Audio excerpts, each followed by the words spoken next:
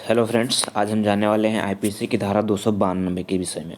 292 के विषय में आप जानेंगे, ये बहुत ही महत्वपूर्ण आईपीसी की धारा है। इस धारा के विषय में इसलिए जानना है क्योंकि आज के समय में, आज के जो समाज है उसमें ऐसी कई बुराइयां व्याप्त हैं जो लोगों के बीच में हैं। उनको ये जानना ज़रूरी है कि ऐसी बुराइयों को आपके बीच में रहना एक अपराध है और इसके लिए सजाएं भी आईपीसी में दी गई हैं। तो इसके लिए इसको मैं इस उद्देश्य से आपके साथ शेयर कर रहा हूँ कि आप इससे देखें और जागरूक रहें और इन जो अपराध जैसी चीज़ें हैं इनसे बचें। तो चलिए देखते हैं कि आईपीसी की धारा 292 में क्या है।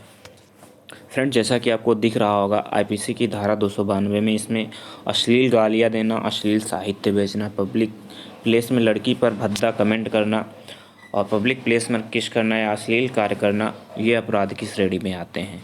फ्रेंड्स, इस वीडियो में मैं अपराध के साथ साथ में इसमें क्या सज़ा हो सकती है, कितने साल की सज़ा हो सकती है और कुछ अपवाद हैं जो इस आईपीसी की धारा में अपराध की श्रेणी में नहीं आते हैं। तो चलिए जानते हैं कि आईपीसी की धारा में और क्या है विस्तार से।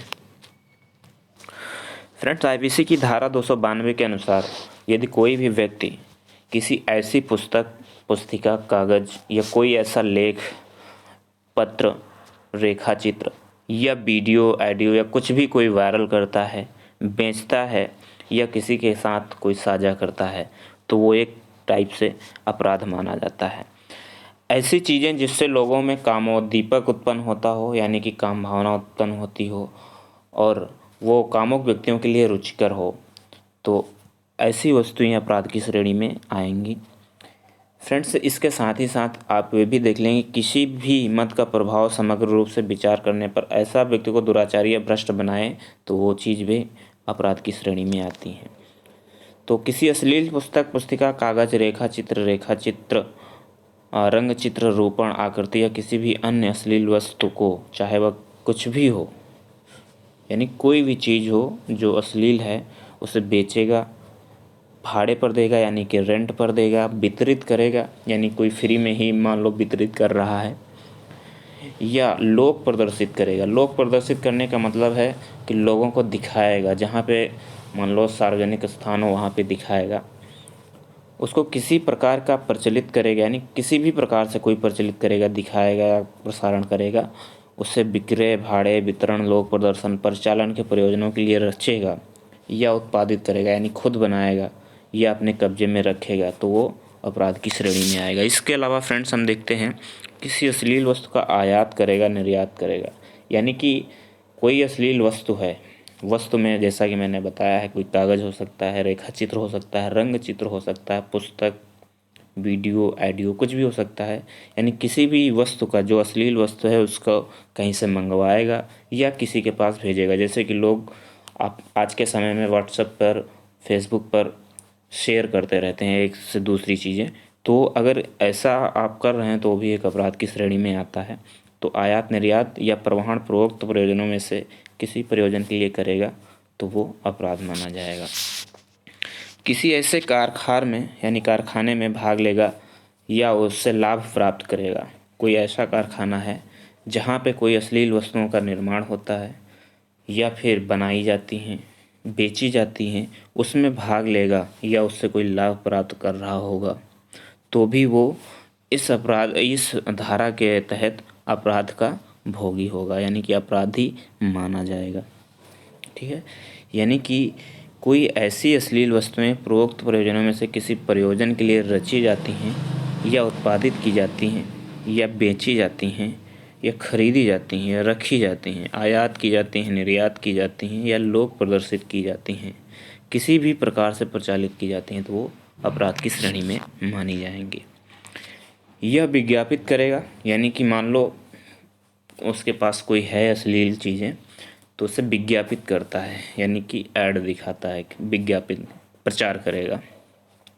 किन्हीं साधनों द्वारा वे चाहे कुछ भी हो, यानी किसी भी प्रकार से प्रचार करेगा या ज्ञात कराएगा कि कोई व्यक्ति किसी ऐसे कार्य में जो इस धारा के अधीन अपराध में है लगा हुआ है या लगने के लिए तैयार है, या कि कोई ऐसी अश्लील वस्तु किसी व्यक्ति से या किसी व्यक्ति के द्वारा प्राप्त की जा सकती है, वो भी अपराध की श्रेणी में आता है।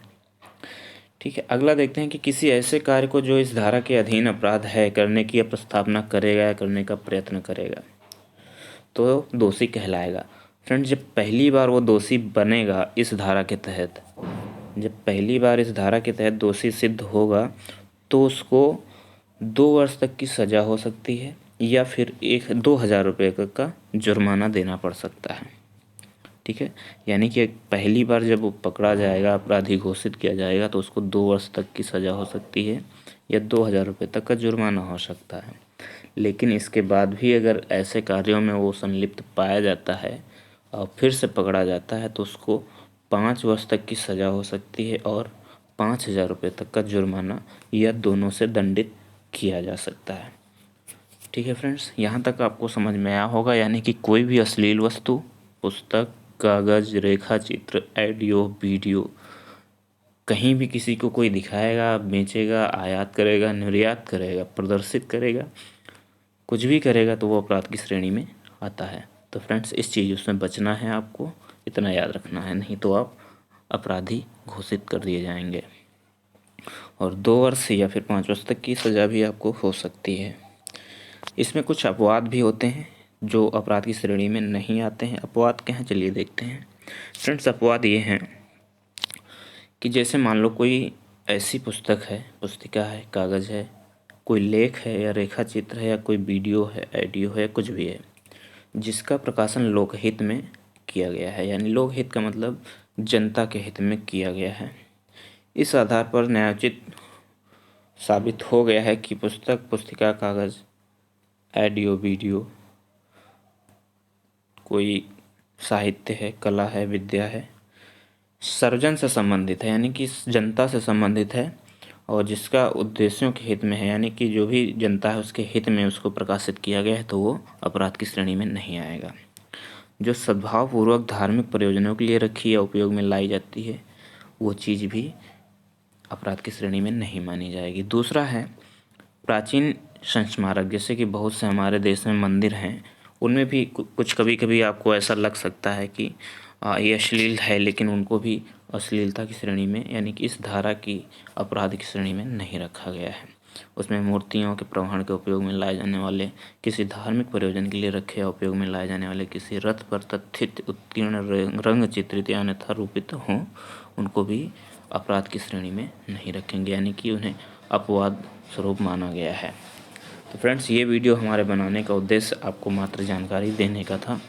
तो उम्मीद है आपको इससे थोड़ी जानकारी मिली होगी।